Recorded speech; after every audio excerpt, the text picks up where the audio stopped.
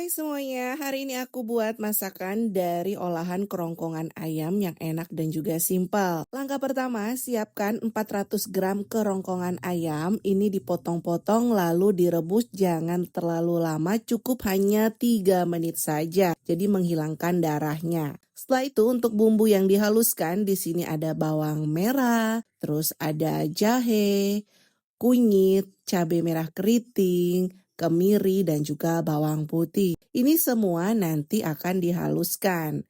Selanjutnya siapkan chopper, masukkan cabenya. Nah untuk tingkat kepedasannya disesuaikan aja. Kalau suka pedas bisa ditambahkan cabai rawit merah. Masukkan kemiri, bawang putih, sama bawang merah. Setelah itu kunyit dan juga jahe. Tambahkan sedikit air atau minyak.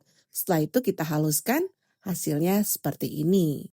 Nah di sini aku siapkan wajan karena tadi aku tambahkan air, jadi aku tidak kasih minyak dulu. Di sini kita tumis sampai airnya itu habis. Kalau airnya sudah habis, tinggal bumbunya aja baru dituangin minyak. Tumis deh bumbunya sampai benar-benar harum atau pecah minyak.